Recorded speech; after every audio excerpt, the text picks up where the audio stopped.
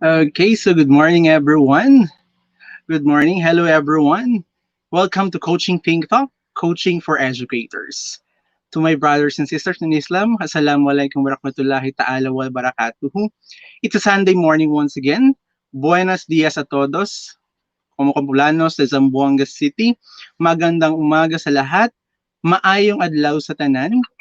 I'm coming in live from Asia's Latin City, El Ciudad Latino de Asia, El Ciudad de Zamboanga.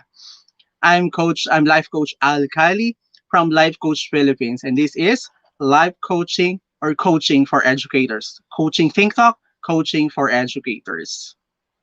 This coaching conversation is for my fellow educators who are dedicating their lives in molding the students or learners as the hope of, and the future generation of our nation.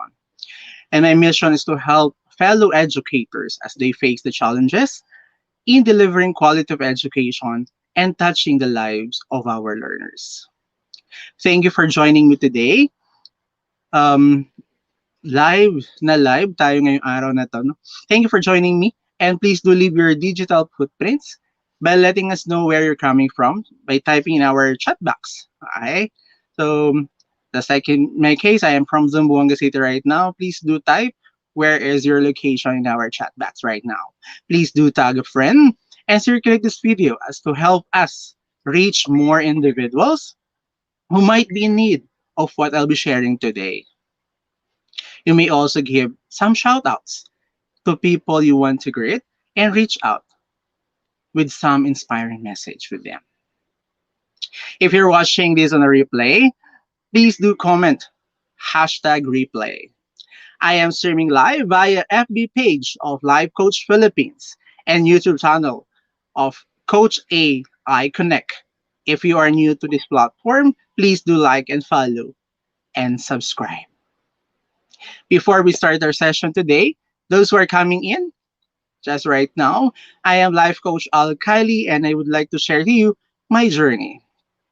And also, you may use the hashtag Pack My Bag Moment to share your insights or your aha moment regarding our session today. And also include the following hashtag Coaching Think Talk and hashtag Coaching for Educators. So let's begin. So today, we'll actually talk about an educator being or as a conflict manager. So as we all know, conflict is really part of our lives in our day-to-day living, most especially at work. As they say, we cannot really learn something without any conflict in our institution or in with our colleagues at work because this is actually the test we're in our personality and our colleagues will be tested. Our patience towards everything in our workplace can be measured through the conflicts. Through conflicts, we can actually learn from it, learn things that could actually, we can use it as we go along with our teaching in every institutions where we belong. Just like in my case before, when I started teaching in an institution here in Zamboanga City, actually, um, it came to a point that I don't want to communicate with that person actually because there's misunderstanding, there's conflict or cold war between us. That's why um, that was actually before I knew life coaching. Um, it came to a point that every day um, I disconnect. I disconnect myself with him or with that particular person, or shall we say, somewhat like supervisor in your work area. But that was before. When life coaching came in, I do realize that those things are really not working for us. Being an educator, we need to be a conflict manager also. We need to manage conflict. Just like the last time that we had a session, we need to get to know our own personalities so that we can avoid conflicts in our institution. So today, I'll be sharing to you being an educator as a conflict manager. As an educator, do you experience conflict in your workplace?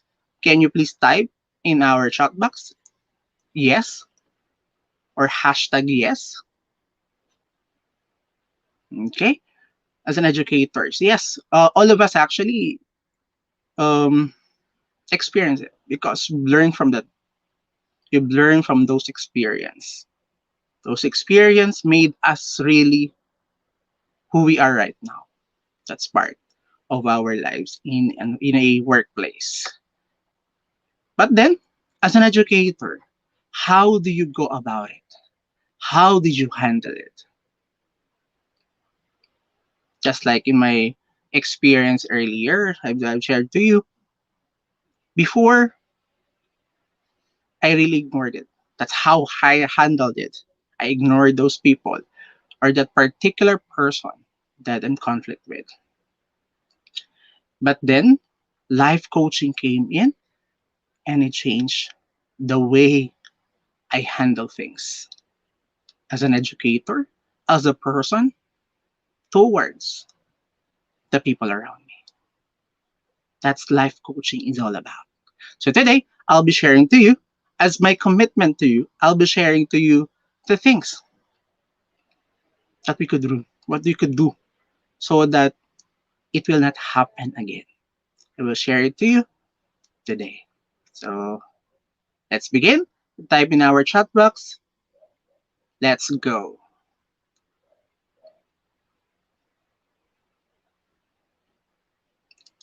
Okay, so being an educator as a conflict manager, we actually tend to overpower or overthink things, right? But then we need to do something for us to manage conflict. Because today I'll be sharing to you the 5 things that we can do as an educator. We can do things. First, we need to recognize the signs. Second, who are those people that we are in conflict with? Third, the root cause of the conflict. Fourth, how we manage the conflict. And lastly, how we can prevent conflict in the future. To my fellow coaches online, welcome, welcome, welcome. Thank you so much for coming today. Fellow live coaches, fellow educators online, thank you for coming today. So let's begin with our first, which is recognizing the signs. How we could recognize the signs if we are in conflict. In recognizing signs, there are actually, I will share to you the 4 warning signs. First is motivation. When motivation gets low, that's actually one of the signs that those particular person is not really working well. The output is not that good. Second, in terms of output, the productivity is really low. You cannot produce the output that are needed for the institution. And also the third one, since there's an absence of motivation, productivity gets low, and also the absence. Say, for instance, he will actually choose things that he wanted to do because the things that he's not motivated, that's where productivity gets low. And also, it shows in the behavior that that particular person is not really doing well. And that particular person is actually having the signs of having in conflict with someone at work or with someone at home or with someone outside the institution, most especially inside the institution, because it's actually really um, affect the productivity in the workplace. You will not be effective enough being an educator. You cannot transmit the learnings that our learners should need. Okay, that's why our responses to conflict, we actually tend to fight. Since the emotions came up, our initial initial thing that we are doing is really to fight back. Uh, You go with the particular person to fight back, to confront, and the emotions get so high, and the more that we will have a continuous conflict with that particular person, and somehow other members of the institution could be affected somehow because of the behavior that is shown. You fight with one another, you shout with one another, and it's really a bad image in an institution. Remember, we are a teacher, we are an educator, so we need to be a role model to our learners, to our students, to our pupils. We need to be a role model. Second, we actually tend to fly. We tend to ignore things. We tend to ignore that particular person. Just what like I shared to you earlier, I actually tend to ignore that particular person that had conflict with. That's flight. Ignoring. And actually, it's not solving the problem when you ignore someone. All the more, the conflict will escalate. The third one, we tend to freeze. Freeze in a sense that since we don't know how to handle this, how to handle the conflict, we just stop, we just freeze without doing nothing. We just actually allow the conflict to go without resolving it. And conflict are still there. All the more day by day, all the more that conflict will escalate. Because when that particular person would actually observe from you things that's not good for you, all the more that your conflict would escalate. Let's get to know the second one. Who are those people that we can be in conflict with, most especially in our workplace, in our school, or in our institution that we work from now, or that we work, our workplace? Who are those people? First is every individual in our institution, our colleagues, fellow teachers, fellow educators. And these are some reasons. First, a professional difference of opinion.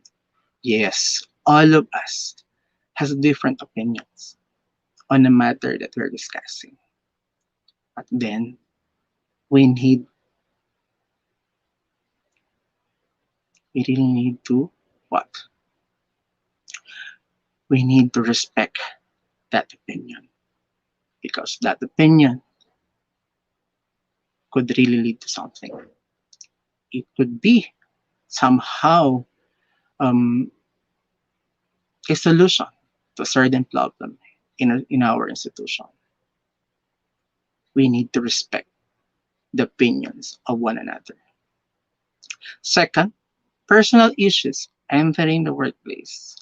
We have problems at home and we bring it in our workplace.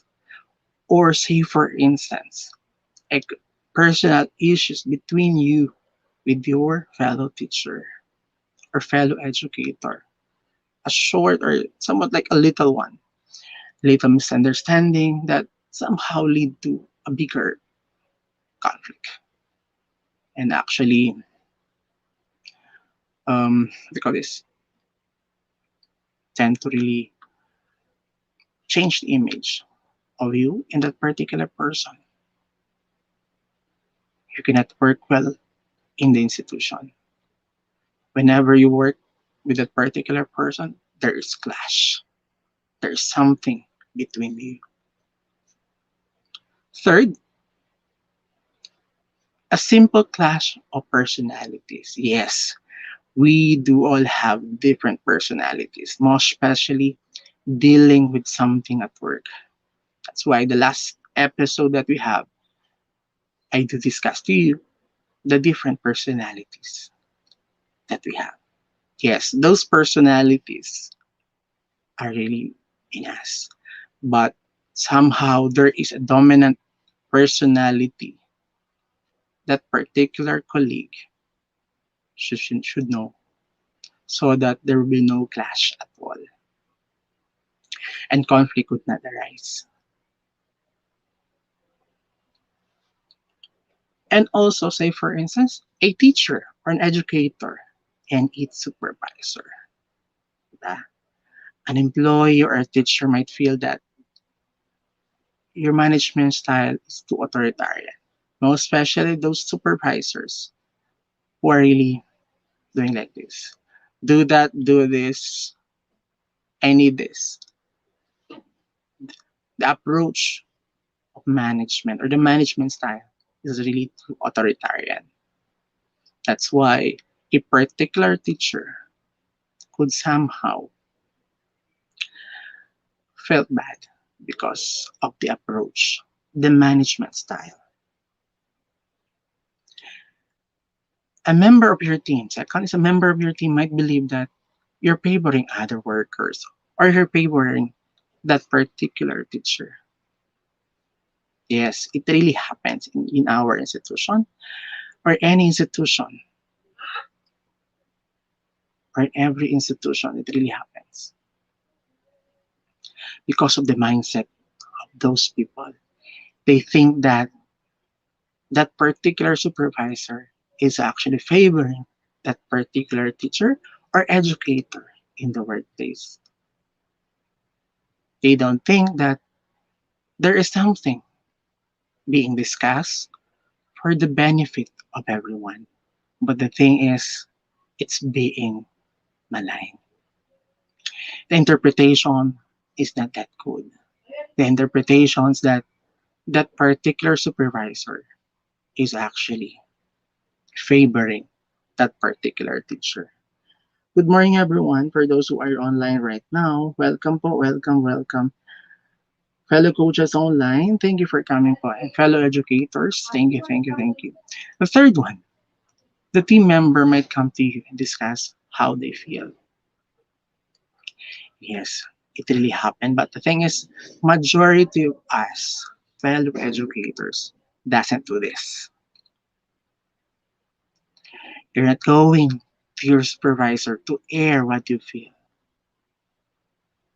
That's why misunderstandings, conflict came in.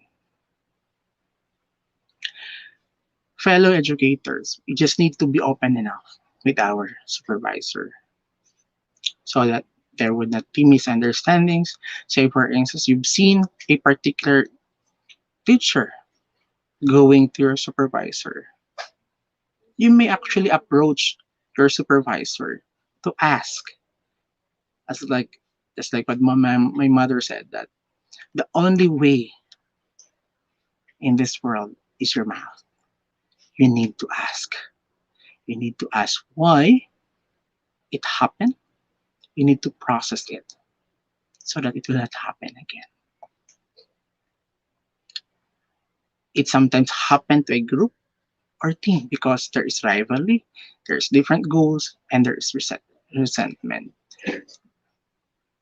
Since in an institute, in a school, we are subdivided into departments, into different fields that we are being specialized. For instance, English, Filipino, we are really, um, we really actually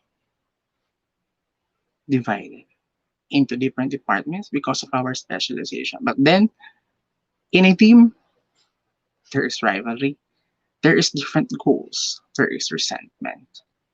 Somehow, there is. In terms of rivalry, we would do something that actually could affect other teams. Since we have different goals, we would do the other way around. Resentment, we actually do things to make that particular team a bad one, which is not good for any institution. And also, being an educator, you have also to deal with the staff or the management. And somehow, these are some cause of those misunderstandings and those conflicts. First is our salary and benefits. Most especially right now, we are in the time of pandemic and we are really eyeing for a high salary because the cost of living is really too high right now. And we tend to compare ourselves. Me, I am doing things. I'm doing everything for me to really communicate with my students, to do my job well. But then how come I wasn't able to get high salary or have another benefits? That's what we think of. And it really happens. Opportunities for advancement. Say for instance, there is training, but then it was not given to you.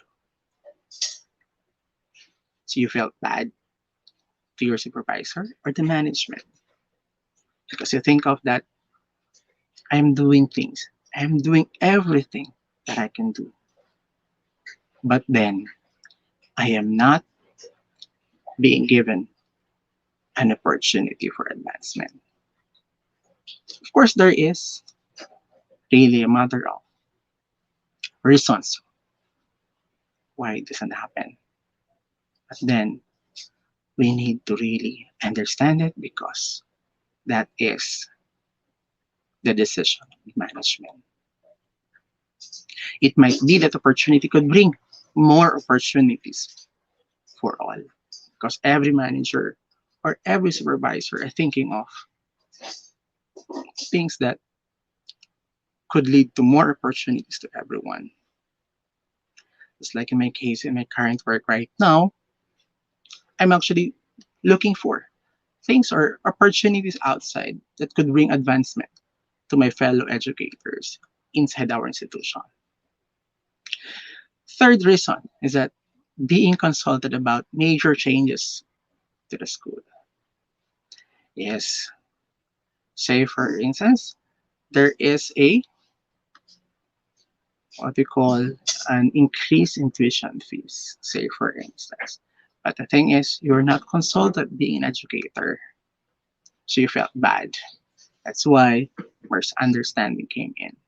But then my question is, did you ask your supervisor why you're not included during the consultation? Next is redundancies. All the things that we're doing are redundant. Other people are doing it and you still do it. And lastly, the health and safety issues. Especially right now, we're experiencing pandemic. The health and safety issues really matters to all of us. Are we safe every day in our workplace? Are we healthy enough to do our job in our workplace? But then, at the end of the day, the third thing that I would share to you today is that we need to know the root cause of those conflicts. The first is the personality clashes.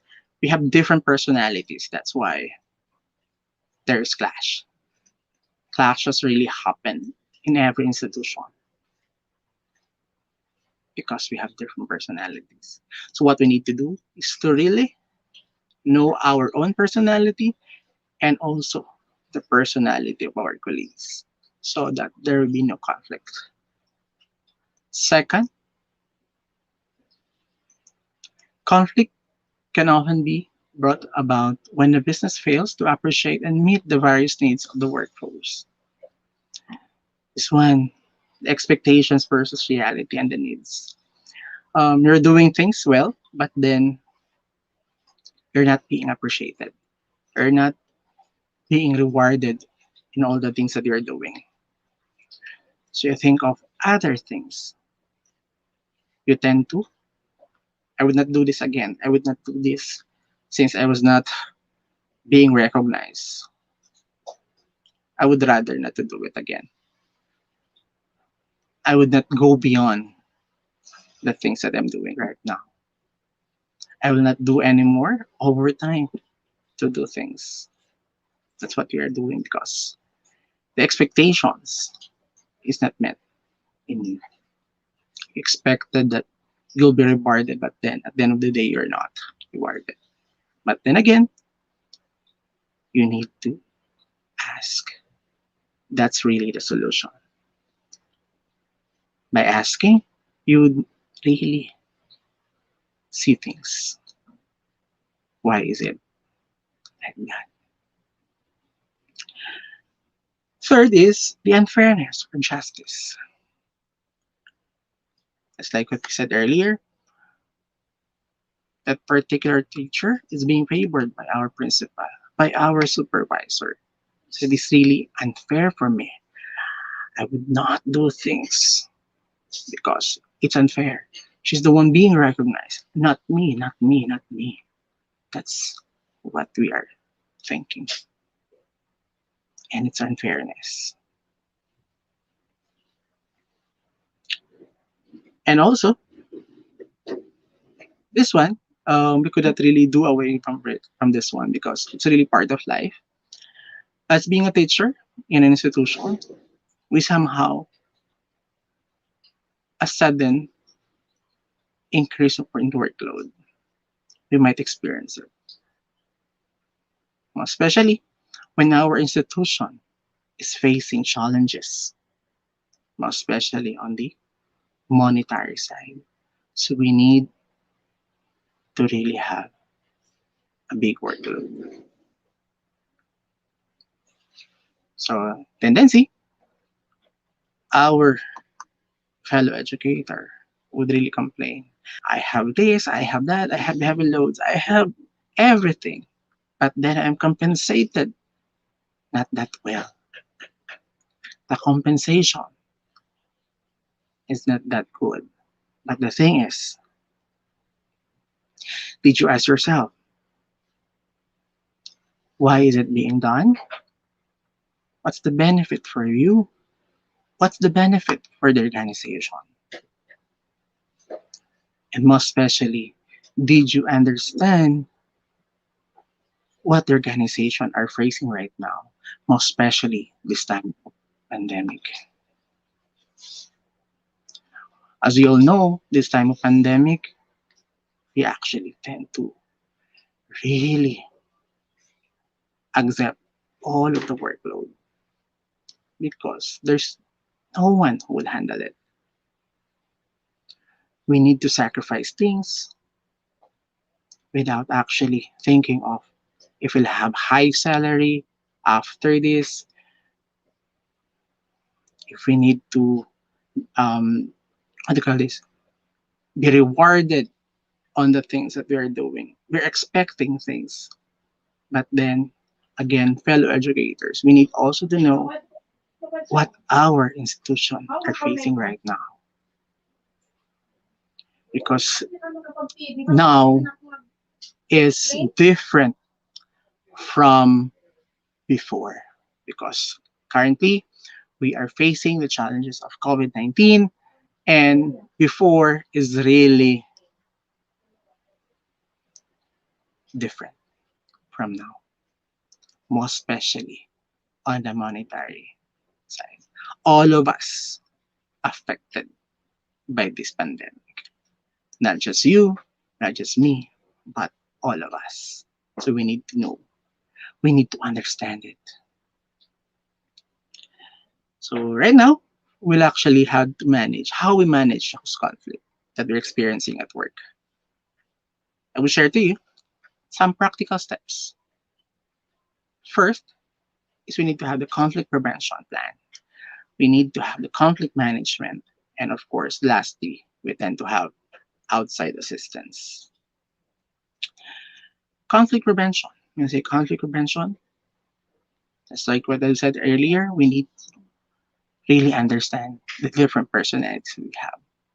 We need to understand our role, why we serve as an educator. We need to have some strategies on how we solve those conflicts.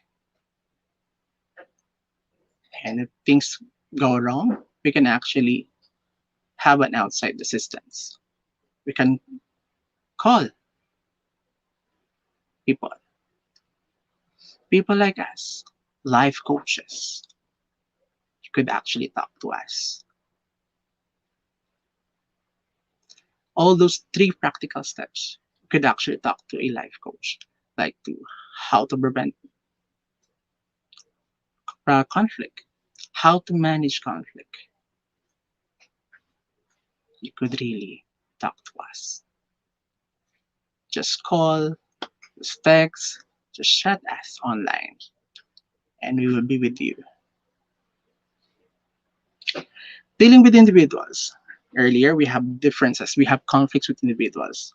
So, what I could share to you right now is that have a quiet word, quiet talk with a particular person. Have a one-on-one talk. Make an informal inquiries. What's wrong with you? What's wrong with me? How we can meet in the middle.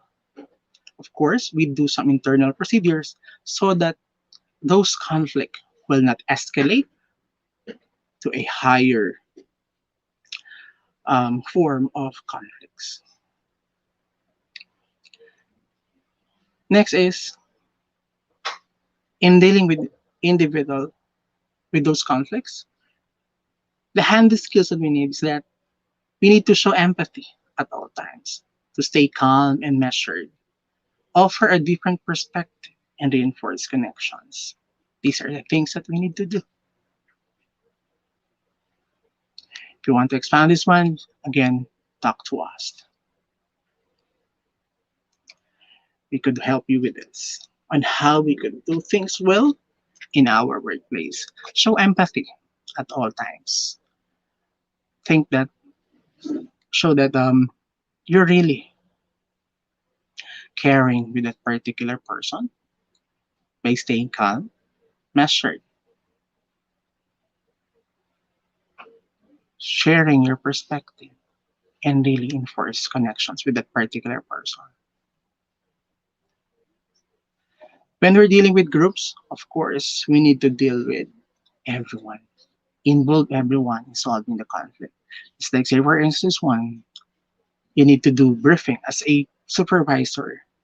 We need to do briefing with your colleagues or your subordinates, not just do this, do that, and I need this. You need to immerse yourself to the process, do the briefing, and also communicate with them well. That's how we can do a supervisor. There is somehow consultation that we could do. Consult things with everyone before it will be implemented. You need to have a joint problem solving because you are in a team and no one should be left behind in a team. Learn to negotiate your people and also empower them to do things well because empowerment could really lead us to a well rounded individual and we could produce things that could really help our institution. Lastly, we have the prevention of future conflict. And have the prevention, we need to establish protocols, the things that we need to undergo so that conflict would not happen. And most of all, we should nurture a good working relationships with our fellow educators, supervisors at work. As we end this conversation today, I would like to share to you some tips in preventing conflicts in our workplace, in our school, in our institution. First is to really talk with other person, talk to our colleague, communicate with them, focus on behavior and not on personalities. Usually we tend to really go through with personalities of every people, but then we need to focus on behavior that could really contribute towards the achievement of our goals in the institution. Listen carefully to your colleagues. Identify points and agreement and disagreement so that you could really meet in the middle. You could understand the side of your colleague and not just your side. Next is prioritize the areas of conflict. You need to identify those areas of conflict. Saan tayo nagkagulo? Talk to that particular person so that you could address it. Develop a work plan to solve conflict, the things that we do, and follow through on your plan and also build on your success. As we all know, when we do really the plan, well, of course, success comes in. We need to really work on it. As they say, the very important key to really solve the conflict is really a regular contact with our fellow educators. Talk to them, reach out, because this is the only way that conflict would not come in, would not happen. Okay, so that is you as an educator being a conflict manager. Is there something that you wanted to be clarified on our session today? Please don't hesitate to really contact me on my Facebook account, Aldemin Kali. Okay, you can reach me in my official account. Facebook account is Aldemin Kali. Next would be you could also connect with me in my Facebook page, Life Coach Al Kali. Okay, please don't hesitate to message me if you have some queries, if you have some things that you need to clarify. Please do have a message with me. Or also you can have send me an email in my email address, coachalcali@gmail.com, or you can call or text me at 0917-109-7187. Okay, so as I end this conversation, let me invite you to be part of what we are doing in our organization as a professional certified life coaches. I'm inviting you to be part of our Be Learning Society. If you're not yet a smart holder of Be Learning Society or Be Learning e-card, let me invite you personally to become a mental model collector like us. Right now, we will be in our fourth month in our Be Learning Society. Be a mental model collector like us and be part of Be Learning Society, the tent maker of Be Learning Homes for Mental Fitness. As a Be Learning e-card holder, you'll enjoy 5% food and beverages, discount from the Cup Coffee Republic, full access, full access pass to the live monthly mental model session with Master Coach A. Plus, there's a plus, a 90-minute free coaching session with our senior coaches from Life Coach Philippines. If you are new to the concept of mental model, a mental model is an explanation of how something